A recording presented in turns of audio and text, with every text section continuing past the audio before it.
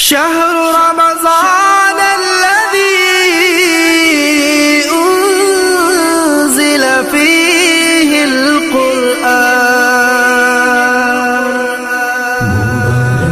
مبارک مبارک مبارک رمضان کا مہینہ مبارک ہو، قرآن کا مہینہ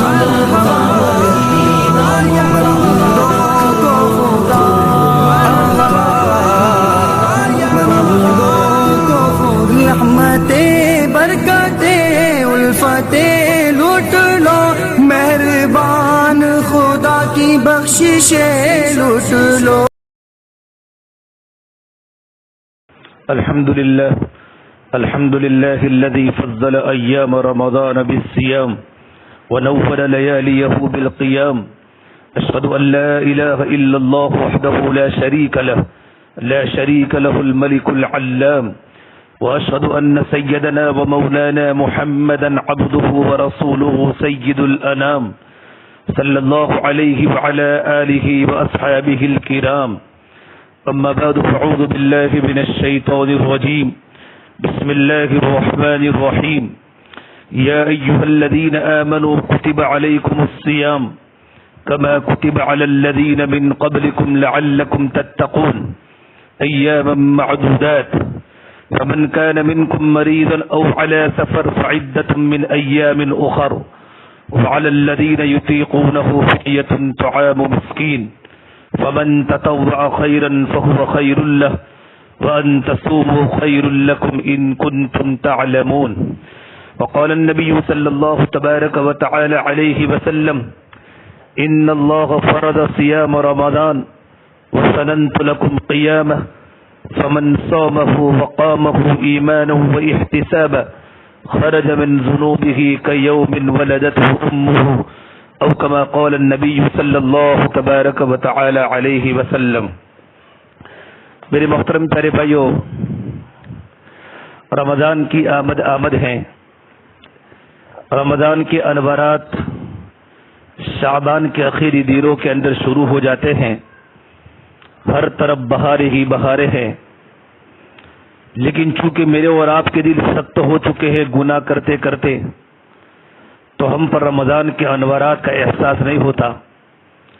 لیکن جو لوگ اللہ والے ہوتے ہیں، جن کے دل میں اللہ کا تعلق ہوتا ہے، اللہ کی محبت ہوتی ہے، وہ رمضان کی ایک ایک گھڑی کا انتظار کرتے ہیں، رمضان کے لیے دعائیں کرتے ہیں، ابھی سے رمضان کی تیاری کرتے ہیں تاکہ رمضان کی صحیح قدر ہو سکے، اور رمضان کی ایک ایک گھڑی کی قدر کر کے اللہ تبارک و تعالیٰ کے پیارے بن سکے، اللہ تبارک و تعالیٰ کے مقرب بن سکے.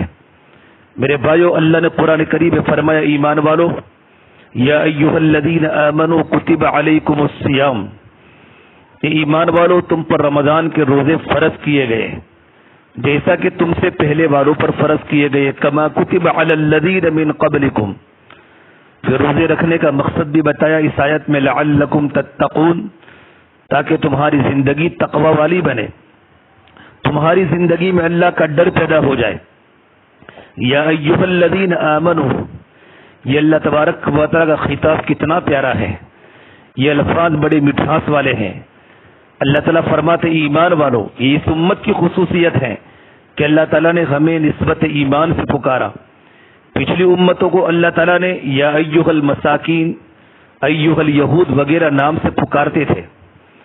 عبداللہ مسعود رضی اللہ تعالیٰ فرماتے ہیں اللہ تبارک و تعالیٰ جب یا ایھا الذین آمنوا فرماتے ہیں تو میں ہوشیار ہو جاتا ہوں، میں چوکنا ہو جاتا ہوں، باخبر ہو جاتا ہوں کہ اللہ تبارک و تعالیٰ اس وقت مجھ سے کیا مطالبہ کرتے ہیں اور اللہ تبارک و تعالیٰ کا حکم کیا ہے. کیونکہ اللہ تبارک و تعالیٰ ڈائریکٹ اس وقت مسلمان اور ایمان والوں سے مخاطب ہوتے ہیں. اللہ تعالیٰ کا کلام اور احکام ان لوگوں کے دل میں اترتے ہیں جو دل کے کانوں سے سنیں. میرے بھائیو، یہ اللہ تبارک و تعالیٰ ہم سے کچھ فرمانا چاہتے ہیں، اللہ تعالیٰ ہم سے مخاطب ہے. یہ ایسا ہی ہے جیسے کوئی اپنے بیٹے کو مخاطب کرے، اے داؤد بات سنو، اے موسیٰ بات سنو، تو اس میں اتنا پیار نہیں ہے جتنا کہ اے بیٹا میری بات سنو، اے بیٹی میری بات سنو. ان الفاظ میں کتنا پیار ہے کہ بیٹا بھی باپ کی طرف لپکتا ہے اور بیٹی بھی باپ کی طرف لپکتی ہے. جب باپ اے بیٹا اے بیٹی کے لفظ سے پکارے گا تو اولاد کا دل خوش ہوگا اور اس کا دل بالکل موم ہو جائے گا اور وہ بات کو سنیں گے. میرے بھائیو، یہاں پر اللہ تبارک و تعالی ہم کو پکار رہے ہیں، پیار سے پکار رہے ہیں. جس کسی سے کام لینا ہو تو اس کو کہتے ہیں بیٹا یہ کام کرو، بیٹا یہ کام کرو. تو اسی طریقے سے اللہ تبارک و تعالی ہم سے کام لینا چاہتے ہیں. کتب علیکم الصیام، ایمان والو تم پر روزے فرض کیے گئے ہیں. بھائیو، عرب کے ریگستانوں میں، نجد کے صحرا میں بسنے والوں کے لیے روزہ کوئی معمولی بات نہیں تھی. یہی وجہ تھا کہ روزوں کا نام رمضان رکھا گیا. رمض یرمض، رمضان کے معنی ہوتا ہے ٹپا دینا، جلسہ دینا. علماء نے لکھا ہے رمضان کا مطلب یہ ہوتا ہے کہ اللہ تبارک و تعالی رمضان کے روزوں کی برکت سے اللہ انسانوں کے گناہوں کو ختم کر دیتا ہے، گناہوں کو جلا دیتا ہے، گناہوں کو صاف کر دیتا ہے. اسی وجہ سے تو اللہ کے نبی صلی اللہ تبارک و تعالی علیہ وسلم فرماتے ہیں کہ جنت میں ایک دروازہ ہے جس کا نام ہے ریان. یہ دروازہ صرف روزے داروں کے لیے ہے. باب یقال له ریان لا يدخلون الا الصائمون. اس میں صرف روزے دار ہی داخل ہوں گے. بھائیو، روزہ کوئی معمولی کام نہیں ہے. اللہ تبارک و تعالی نے تسلی کے لیے آگے والا جملہ کہہ دیا، کما کتب علی الذین من قبلکم. ایمان والو تم پر روزے فرض کیے گئے جیسے کہ تم سے پہلے والوں پر بھی فرض کیے گئے. جب وبا عام ہوتی ہے تو تکلیف کم ہو جاتی ہے. اگر بہت سے لوگ کھانسی کی بیماری میں مبتلا ہو تو کوئی بھی دوسرے کو تسلی نہیں دیتا، کیونکہ سب اسی کے شکار ہوتے ہیں. اور لوگ کہتے ہیں ہوا ہی ایسی چل لگی ہے، وائرس ہی ایسا چل لگا ہے. تو اللہ تبارک و تعالیٰ فرماتے ہیں صرف تم پر روزہ فرض نہیں ہے بلکہ تم سے پہلی امتوں پر بھی روزہ فرض تھا، اور یہی دستور العمل ہے. اور اس سے سخت اور غیر معمولی حکم ماننے میں بھائیو آسانی ہو جاتی ہے. حضرت معاذ بن جبل فرماتے رضی اللہ تعالی عنہ کہ نوح علیہ السلام سے لے کر محمد عربی صلی اللہ تبارک و تعالی علیہ وسلم تک عاشورے کا روزہ فرض تھا، 10ویں محرم الحرام کا، اور ہر مہینے کے 3 روزے فرض تھے. حضرت موسیٰ علیہ السلام کی شریعت میں بھی روزہ فرض تھا. 30 دن اعتکاف اور 30 دن کے روزے رکھو. تو اس سے معلوم ہوتا ہے کہ روزہ اگلی امتوں پر بھی فرض تھا، مگر اس کی کیفیت میں فرق تھا. کسی پر 10 روزے فرض تھے تو کسی پر 20 روزے. موسیٰ علیہ السلام نے مسلسل روزہ رکھا، نہ افطاری کی نہ سحری کی. اور موسیٰ علیہ السلام 30 دن کے بعد اللہ تعالیٰ سے ہم کلام ہونے والے تھے تو ان کے منہ سے روزے کی وجہ سے معدے کی بو آ رہی تھی، تو انہوں نے مسواک کیا.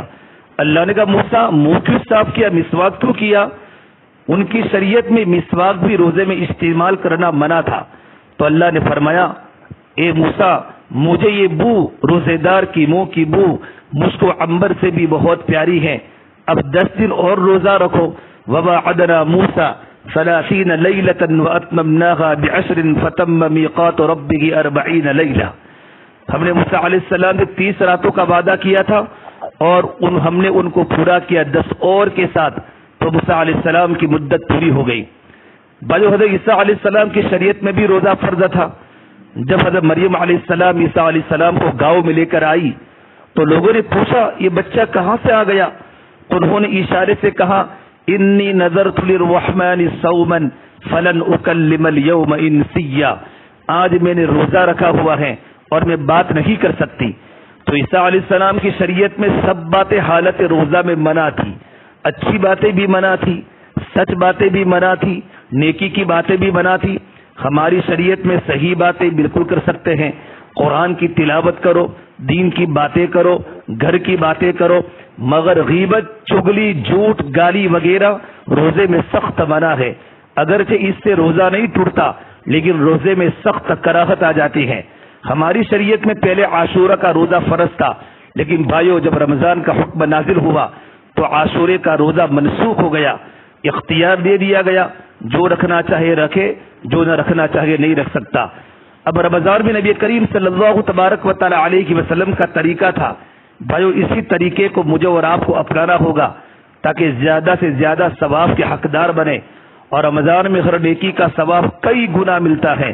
بعض مکان اور بعض زبان میں اللہ تبارک و تعالی برکت ڈال دیتے ہیں اور ان میں بہت زیادہ ثواب ملتا ہے. اب 4 دن کے بعد رمضان کا مہینہ آ رہا ہے. اللہ تبارک و تعالی ہم سب کو اس مہینے میں زیادہ سے زیادہ نیکیاں لوٹنے کا موقع اور توفیق عطا فرماوے. بھائیو، جیسے میں نے کہا اللہ نے ہم پر روزہ فرض کیا ہے، اور نہ صرف ہم پر بلکہ ہم سے پہلے امتوں پر بھی اللہ نے روزہ فرض کیا تھا، تاکہ تسلی ہو کہ صرف تم پر روزے کا حکم لاگو رہی بلکہ تم سے پہلے بھی امتوں پر روزہ فرض تھا، تاکہ تم میں تقوی آ جائے. اور پھر اللہ نے فرمایا چند دن روزہ رکھنا ہے، صرف ایام معدودات. سال روزہ نہیں رکھنا، 2 سال روزہ نہیں رکھنا، 5-6 مہینے نہیں، بلکہ تھوڑے سے دن ہیں. اور ان میں بھی اللہ نے استثناء کیا ہے، من کان مریضا او علی سفر فعدۃ من ایام اخر. جو بیمار ہیں یا مسافر ہیں اسی تعداد سے وہ بعد میں روزے رکھ لے. مریض ایسا بیمار جو روزہ رکھنے سے زیادہ بیمار ہو سکتا ہے، یا روزہ رکھنے سے مرنے کا خوف ہو، یا عورت حمل کی حالت میں ہو کہ اگر وہ روزہ رکھے گی تو اس کی تکلیف بڑھ جائے گی، تو ایسے بیماروں کے لیے اجازت ہے. مگر سفر ایسا ہو جو کم سے کم 3 دن کی پیدل مسافت سے ہو، آج کل کے حساب سے 48 میل یعنی 80 کلومیٹر کے فاصلے پر ہو، تو یہاں پر روزہ نہ رکھنے کی اجازت ہے. بیمار کے لیے اجازت ہے، بعد میں روزہ رکھ لے. مسافر کے لیے اجازت ہے، بعد میں روزہ رکھ لے. بھائی اگر کوئی کہتا ہے چلو آج کل تو سفر بہت آسان ہے، سفر میں بھی روزہ رکھتا ہے، تو اس نے عزیمت کو اپنا لیا. اور کوئی کہتا ہے سفر میں پتہ نہیں کیا کیا حالات آتے ہیں، روزہ نہیں رکھتا، تو اس پر بھی گناہ نہیں ہے، وہ دوسرے دنوں میں قضا کر لے. قرآن مجید نے بہت عجیب انداز سے اور کتنے فصاحت سے بیان کیا ہے. اگر 2, 4, 10 روزے کسی بیماری یا سفر کی وجہ سے قضا ہو گئے تو بعد میں قضا کر لیں. شرط یہ ہے کہ اس کو رمضان کے بعد تندرستی کے دن بھی ملے ہو. بھائیو، یہاں پر ضمناً اللہ تعالیٰ نے روزے کے بارے میں ایک اور مسئلے کی وضاحت کی ہے. حدیث شریف میں ہے کہ روزے کے احکام 3 دفعہ تبدیل ہوئے ہیں. روزہ ایک غیر معمولی چیز تھی، ایک بہت ہی اونچا حکم تھا. اسے اللہ تبارک و تعالیٰ نے روزے کے احکام تدریجاً آہستہ آہستہ نازل فرمائے، بعیدگی شراب کے احکام کی طرح. کیونکہ شراب عرب کی گٹی میں پڑی ہوئی تھی، تو جس طرح شراب کا حکم تدریجاً نازل ہوا، پہلے حکم آیا کہ شراب اچھی چیز رہی ہے، دوسرا نماز کے وقت نہ پیا کرے، ولا تقربوا الصلاة وانتم سکارى، اور آخر میں شراب کی حرمت کا حکم نازل کیا گیا. یا ایھا الذین آمنوا انما الخمر والمیسر والانصاب والازلام رجس من عمل الشیطان فاجتنبوه لعلکم تفلحون. اسی طرح میرے بھائیو، روزے کے احکام بھی تدریجاً نازل ہوئے ہیں. روزہ چونکہ مشکل عمل ہے، تو اللہ تبارک و تعالیٰ نے فرمایا کہ صرف عاشورے اور مہینے کی 3 روزہ، پھر رمضان کا حکم آیا تو فرمایا وَعَلَى الَّذِينَ يُطِيقُونَهُ فِدْيَةٌ طَعَامُ مِسْكِينٍ. جب رمضان کی فرضیت نازل ہوئی تو عاشورہ کا روزہ مستحب ہو گیا، مہینے کے 3 روزے مستحب ہو گئے. اب رمضان کی روزے کی فرضیت کے بعد بھی کیا تھا؟ اللہ تبارک و تعالیٰ کی طرف سے اختیار تھا، وَعَلَى الَّذِينَ يُطِيقُونَهُ فِدْيَةٌ طَعَامُ مِسْكِينٍ، کہ جو لوگ روزہ رکھنے کی طاقت رکھتے ہیں تو روزہ رکھے، اور اگر روزہ رکھنے کی طاقت نہیں رکھ سکتے تو صرف وہ روزے کا فدیہ دے، ایک مسکین کو کھانا کھلا دے. اب ہوا کیا؟ مالدار لوگ فدیہ دینے لگے اور مسکین لوگ روزہ رکھنے لگے، چونکہ اللہ کا حکم تھا بھئی ایک مسکین کو کھانا کھلانا. اگر روزہ نہ رکھا تو بھی چلتا تھا. اب مالدار لوگ فدیہ دیتے تھے، غریب لوگ روزہ رکھتے تھے، کیونکہ روزے کا خوگر بنانا تھا. پھر اللہ نے تیسرا حکم نازل فرمایا فمن شہد منکم الشہر فلیصم، کہ جو بھی رمضان کے مہینے میں موجود ہو اس کو ضرور رمضان میں روزہ رکھنا چاہیے، یعنی روزہ رکھنا فرض ہے. اس کے ساتھ ہی فدیے کا حکم ساقط ہو گیا، ہر ایک پر روزہ فرض ہو گیا، چاہے مالدار ہو چاہے غریب ہو چاہے بوڑھا ہو، ہر ایک پر رمضان کا روزہ فرض ہے. جو رمضان کے مہینے کو پاوے فمن شہد منکم الشہر فلیصم، اس پر روزہ رکھنا فرض تھا. لیکن میرے بھائیو، ابھی سحری کا حکم نہیں آیا تھا. افطاری کے بعد اگر کوئی انسان سوتا تو فوراً دوسرے دن کا روزہ شروع ہو جاتا تھا. افطاری کے بعد سونے تک کھانے پینے اور بیویوں کے ساتھ اختلاط کی اجازت تھی، مگر سونے کے بعد کھانا کھایا اور بیویوں کے پاس جانا بند تھا. اگر کھانا کھایا تو اس کو فوراً کفارہ دینا پڑتا تھا. سونے کے بعد دوسرے دن کا روزہ شروع ہوتا تھا. جیسے ہمارے یہاں مغرب میں افطاری ہوتی ہے، اگر افطاری کے بعد کوئی انسان تھوڑا آرام کر لیا تو دوسرے دن کا روزہ شروع ہو گیا. اب وہ نہ بیوی سے اختلاط کر سکتا ہے، نہ کھانا کھا سکتا ہے، نہ پانی پی سکتا ہے. بس کتنا مشکل ترین حکم تھا، کتنا مشکل ترین حکم تھا. ایک صحابی کا میں واقعہ آپ کو سناؤں. قیس ابن سرما رضی اللہ تعالی عنہ جو مدینہ منورہ کے انصاری صحابی تھے، مزدور صحابی تھے. کھیت میں کام کر کے تھکے گھر آئے، پورے دن کھیت کا سخت کام کیا، گھر پر آئے، ان کا گلا سخت ہو چکا تھا. گھر آ کر بیوی سے کہا افطاری کے لیے کچھ ہے یا نہیں. بیوی نے کہا اے میرے پیارے شوہر، اگر میں پورے گھر میں جھاڑو لگاؤں تو گھر میں ایک کھجور کا دانہ بھی نہیں ہے. وہ بالکل تھکے ہوئے تھے، ان کا گلا خشک ہو چکا تھا، مرنے کے قریب ہو چکے تھے. بیوی نے کہا گھر میں تو کچھ نہیں، کسی پڑوسی کے گھر میں دیکھتی ہوں، اگر مل گیا تو لے کر آتی ہوں. بیوی گئی پڑوس کے گھر میں کچھ لینے کے لیے، اور یہ صحابی تھکن کی وجہ سے سو گئے اور نیند کا غلبہ ہو گیا. بیوی کھانا لے کر آئی، ان کو جگایا تو صحابی نے فرمایا میرا تو روزہ شروع ہو گیا. دوسرے دن کا روزہ شروع ہو گیا. اب میں نہ کچھ کھا سکتا ہوں نہ پی سکتا ہوں. میرے بھائیو، اسی حالت میں رات کو آرام کیا، بھوک کی حالت میں سحری فرمائی اور روزہ تھا، اور بھوکے پیاسے روزہ رکھ کر پھر کھیت میں کام کے لیے گئے تو بھوک برداشت نہ ہو سکی. بدن کی رگ رگ میں درد تھا، ان کا گلا خشک ہو چکا تھا، ان کی بدن میں تھکاوٹ تھی اور بے ہوش ہو گئے. جب گھر پر آئے افطاری کا وقت تھا اور بیوی کو کہا بے کل تو جو پڑوس کے پاس سے لائی تھی وہ مجھے دے دے، میرے بدن میں درد ہے، میرا گلا خشک ہو چکا ہے. جیسے بیوی گھر میں لینے کے لیے گئی، باہر آ کر دیکھا تو ایک روایت کے مطابق ان کا انتقال ہو چکا تھا اور ایک روایت کے مطابق وہ بے ہوش ہو چکے تھے. جب محمد عربی صلی اللہ تبارک و تعالی علیہ وسلم کو پتہ چلا تو آپ صلی اللہ تبارک و تعالی علیہ وسلم نے اللہ سے دعا فرمائی، اے اللہ میری امت اس تکلیف کو برداشت نہیں کر سکے گی، اللہ تو روزے کے حکم کو آسان فرما دے. تو اللہ نے فوراً کلام اللہ کی آیت نازل فرمائی، کلوا واشربوا حتی یتبین لکم الخیط الابیض من الخیط الاسود من الفجر. کھاتے رہو پیتے رہو یہاں تک کہ صبح صادق ہو جاوے. اور ایک واقعہ ایسا آیا کہ بعض صحابہ کرام رضی اللہ تعالی اجمعین حضور اکرم صلی اللہ تبارک و تعالی علیہ وسلم کی مجلس سے بہت دیر سے رات کو گھر گئے اور ان کی بیویاں سو گئی تھی. صحابہ کرام نے بیویوں سے قرب حاصل کرنا چاہا تو بیویوں نے کہا اب تو ہمارا روزہ ہے چونکہ ہمیں نیند آ گئی ہے، لیکن صحابہ کرام صبر نہ کر سکے اور بیویوں سے قرب حاصل کیا. اس کے بعد وہ بڑے نادم ہوئے تو اللہ پاک نے قرآن مجید کی آیت نازل فرمائی، احل لکم لیلۃ الصیام الرفث الی نسائکم ہن لباس لکم وانتم لباس لہن علم اللہ انکم کنتم تختانون انفسکم فتاب علیکم وعفا عنکم. اللہ نے فرمایا تم لوگوں کے واسطے روزے کی راتوں میں اپنی بیویوں سے مشغول ہونا حلال کر دیا گیا. وہ تمہارے لیے عورتیں ببنظر لباس کے ہیں اور تم ان کے لیے ببنظر لباس کے ہو. ہن لباس لکم وانتم لباس لہن. اللہ تبارک و تعالی جانتا ہے کہ تم اپنی جانوں کے ساتھ خیانت کرتے تھے. اللہ نے سحری کا حکم نازل فرمایا اور صحابہ کرام جن سے غلطی ہوئی تھی ان کے بارے میں اللہ نے آیت نازل فرمائی، فتاب علیکم وعفا عنکم، کہ اللہ نے ان کی توبہ کو قبول کر دیا اور اللہ نے ان کو معاف کر دیا.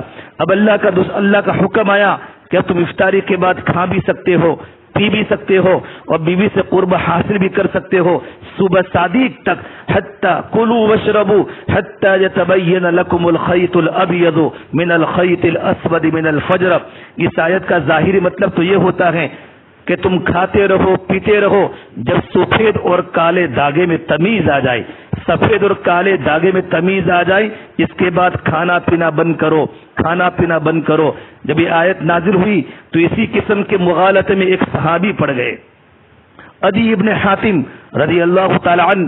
یہ مدینے کے صحابی ہیں اور انہوں نے اپنے گھر پر جا کر دو دورے لیے اور جب تک دوروں میں تمیز نہ ہوتی تھی وہ کھاتے تھے پیتے تھے. تکیے کے نیچے ایک کالا دھاگا رکھا اور ایک سفید دھاگا رکھا. وہ دیکھتے تھے کہ دونوں میں کوئی تمیز نہیں ہوتی، کالا دھاگا کالا ہی ہے، سفید دھاگا سفید ہی ہے. تب تو وہ کھاتے تھے پیتے تھے یہاں تک کہ سورج طلوع ہو جاتا تھا کہ بھی دھاگا تو کالا ہوا نہیں، سفید داغا تو کالا داغا تو سفید نہیں ہوا. اسی حالت میں اللہ کے نبی صلی اللہ تبارک و تعالی علیہ وسلم کی خدمت میں حاضر ہوئے کہ یا رسول اللہ میرے تکیے کے نیچے میں 2 داغے رکھتا ہوں, یہ 2 داغے تو سفید نہیں ہوتے. آپ صلی اللہ تبارک و تعالی علیہ وسلم نے جب عدی ابن حاتم کی بات سنی تو آپ اتنے غصے کہ آپ کے دانت ظاہر ہو گئے, اور آپ نے فرمایا میرے صحابی تم نے تو آسمان کے دونوں کناروں کو اپنے تکیوں کے نیچے رکھ لیا. سفید داغے سے مراد صبح صادق ہے اور سیاہ داغے سے مراد صبح کاذب ہیں. جب تک صبح صادق نہ ہو جائے, رات کے اندھیرے چھٹ نہ جائے اور صبح کی سرخی ظاہر نہ ہو جائے, تب تک تمہیں کھانے کی اجازت ہے, پانی پینے کی اجازت ہے, اپنی بیویوں سے ملنے کی اجازت ہے. پھر نبی کریم صلی اللہ تبارک و تعالی علیہ وسلم نے اس آیت کا مفہوم سمجھایا. پھر میرے بھائیو اللہ فرماتا ہے اتم الصیام الی اللیل, روزہ تام ہوگا مغرب تک. اسی رکوع میں اللہ تعالیٰ فرماتے ہیں یرید اللہ بکم اليسر ولا یرید بکم العسر. اللہ تبارک و تعالیٰ روزے کے احکام نازل فرما کر تمہارے لیے آسانی چاہتا ہے, تنگی نہیں چاہتا. تو کوئی یہ بھی کہہ سکتا ہے یہ کیسی آسانی ہے جس میں گرمی میں روزے رکھے جائے, تشنا لبی کے عذاب میں مبتلا ہو. میرے بھائیو دل بھی بڑی مشکل سے گزرتا ہو, بہت آسانی ہے. باقی تمام اللہ کے احکام میں زیادہ شرائط ہیں اور روزوں میں کوئی شرائط نہیں. روزے میں اللہ نے آسانی رکھی ہے, نہ زیادہ شرائط ہے نہ ہی کوئی پابندی ہے. شرائط روزہ صرف 4 ہیں, خوراک سے پرہیز, بیوی کے قرب سے پرہیز اور نیت کے ساتھ اعمال کرنا, یہ روزے کی صرف شرائط ہے. کھانے پینے سے بچنا, بیوی کے قرب سے بچنا اور نیت کے ساتھ اعمال کرنا, یہ صرف روزے کے شرائط ہے. باقی احکام میں بہت سے شرائط ہیں, بہت سے مکروہات ہیں, بہت سے فرائض ہیں, لیکن رمضان کے روزے کو اللہ تعالیٰ نے بھائیو آسان کر دیا. یرید اللہ بکم اليسر ولا یرید بکم العسر. اللہ تمہارے ساتھ آسانی چاہتا ہے, اللہ تمہارے ساتھ تنگی نہیں چاہتا. نماز کے اندر سجدے میں کوئی سو گیا اور سجدہ مسنون طریقے سے کیا تھا تو نماز فاسد ہو گئی, غیر مسنون طریقے سے کیا تھا تو نماز ٹوٹ گئی. برخلاف روزے میں اگر سو گیا تو روزے پر کوئی اثر نہیں ہوتا. تو صوم میں سونا بھی سونا ہے, عبادت میں شمار ہوتا ہے. نومۃ الصائم عبادتہ, روزے دار کا سونا بھی اللہ تبارک و تعالیٰ کی عبادت ہے. اس سے میرے بھائیو یہ روزے کی فرضیت اللہ نے آہستہ آہستہ نازل فرمائی ہے. ہم رمضان کا مہینہ ہمارے سامنے ہے, ہم رمضان کے روزے کو رکھے. اللہ نے کتنے احکام کو آسان کر دیا. اگر افطاری کے بعد کھانے کی اجازت نہ ہوتی, پانی پینے کی اجازت نہ ہوتی تو بھائی میرے اور آپ کے لیے روزہ رکھنا کتنا مشکل ہو جاتا. قیس ابن سرما کی قربانی پر, مدینے کے کھیڑوت اور مدینے کے مزدور صحابی کی قربانی پر اللہ نے رمضان کے پورے احکام بدل دیے اور سحری کرنے کو سنت قرار دیا. سحری کرنے کو سنت قرار دیا کہ سحری کا کھانا سنت ہے. اب میرے بھائیو سحری میں اٹھو اور کچھ رکعتیں اللہ کے سامنے پڑھو تاکہ اللہ پاک ہم سے راضی ہو جائے. ہم پورا دن سونے میں نہ نکالے, پوری رات سونے میں نہ نکالے, بلکہ راتیں بھی مقبول ہے. اللہ نے رمضان کے روزے کو فرض کیا ہے. تراویح کو اللہ نے سنت کیا ہے. فمن صامہ وقامہ ایمانا و احتسابا, جس آدمی رمضان کے روزے ایمان اور اللہ سے اجر کی امید کے ساتھ رمضان کے روزے رکھے اور رات کو قیام کیا, اللہ پاک اس کے گناہوں کو ایسے معاف کریں گے جیسے کہ آج ہی اس کی ماں نے جنا ہو, آج ہی اس کی ماں نے جنا ہو. یہ مغفرت کی سیزن ہے. اللہ لاکھوں انسانوں کو اللہ جہنم سے نکال کر آزاد کرتے ہیں. میرے بھائیو رمضان کا روزہ ہم پر فرض ہے. بہت سے مسلمان نوجوان رمضان میں روزہ نہیں رکھتے, کھانا کھاتے ہیں, بعض کو کھلم کھلا کھاتے ہیں. حالانکہ شریعت کا حکم ہے اگر اسلامی حکومت ہو تو کھلم کھلا کھانے والوں کو, کھلم کھلا پانی پینے والوں کو امام المسلمین پر فرض ہوتا ہے اس کی گردن کو جدا کر دے, اس کو قتل کر دے, تاکہ اللہ تعالیٰ کی بارگاہ میں لوگوں کو عبرت ہو جائے کہ رمضان کے روزے کا کتنا بڑا اللہ کا حکم ہے. میرے بھائیو کچھ وقت باقی ہیں اور رمضان کے روزے رکھنے کا مقصد کیا ہے؟ میری اور آپ کی زندگی میں تقوی آ جائے, اللہ کی محبت آ جائے, میرے اور آپ کے دل میں ڈر آ جائے. اس رکوع میں روزے کا مقصد بیان کیا ہے. یا ایھا الذین آمنوا کتب علیکم الصیام کما کتب علی الذین من قبلکم لعلکم تتقون. رمضان میں روزے اس لیے فرض کیے گئے ہیں تاکہ تقوی پیدا ہو جائے، اور روزے بھی تقوی کے لیے فرض کیے گئے. علامہ بن نوری فرماتے رحمۃ اللہ علیہ کہ روزے کا مقصد لوگوں کو ولی اللہ بنانا ہے. جس طرح قرآن پاک میں ارشاد ہے الا ان اولیاء اللہ لا خوف علیہم ولا هم يحزنون، اور قرآن نے ولی ہونے کے دو شرائط بیان کیے ہیں الذین آمنوا وكانوا يتقون. تو روزوں والے اس آیت کو سامنے رکھ کر دیکھا جائے تو اس سے مقصد ظاہر ہوتا ہے کہ اللہ نے بہت سی حلال چیزوں کو بھی رمضان میں حرام کر دیا ہے تاکہ تم حرام چیزوں کو چھوڑنے میں سہولت محسوس کرو، نیک عادات کے عادی بن جاؤ. میرے بھائی قرآن نے روزے کے لیے دو لفظ استعمال کیے ہیں، ایک سیام اور ایک صوم. یا ایھا الذین آمنوا کتب علیکم الصیام، اور ایک جگہ پر صوم کا لفظ استعمال ہے انی نذرت للرحمن صوما فلن اکلم اليوم انسیا. صوم کا معنی ہوتا ہے کھانے پینے سے اپنے آپ کو بچانا، اور سیام کا معنی ہوتا ہے کھانے سے بچانا، پینے سے بچانا. پورے بدن کا روزہ، سر کے بال سے لے کر پیر کے ناخن تک کا روزہ. ہماری آنکھیں بھی روزے دار ہو، ہمارا بدن بھی روزے دار ہو، ہماری زبان بھی روزے دار ہو، ہمارا بدن کا ہر عضو اللہ تعالیٰ کی فرما برداری میں ہو، ہم سے کوئی گناہ نہ ہو. روزہ تو ڈھال ہے. جس طرح میرے بھائیو دودھ پھٹ جاتا ہے غیبت کرنے سے، چگلی کرنے سے، بد نظری کرنے سے رمضان کا روزہ پھٹ جاتا ہے. بعض علماء کے نزدیک روزہ ٹوٹ ہی جاتا ہے، لیکن ہمارے امام صاحب کے نزدیک روزہ مکروہ ہو جاتا ہے. اس سے میرے بھائیو میں اور آپ اللہ سے دعا کرے اللہ تعالیٰ ہمیں رمضان کے مہینے کی قدر کرنے کے اللہ پاک ہم سب کو توفیق عطا فرماوے. ماہ رمضان یوں آ گیا بن کے رحمت یہ پھر چھا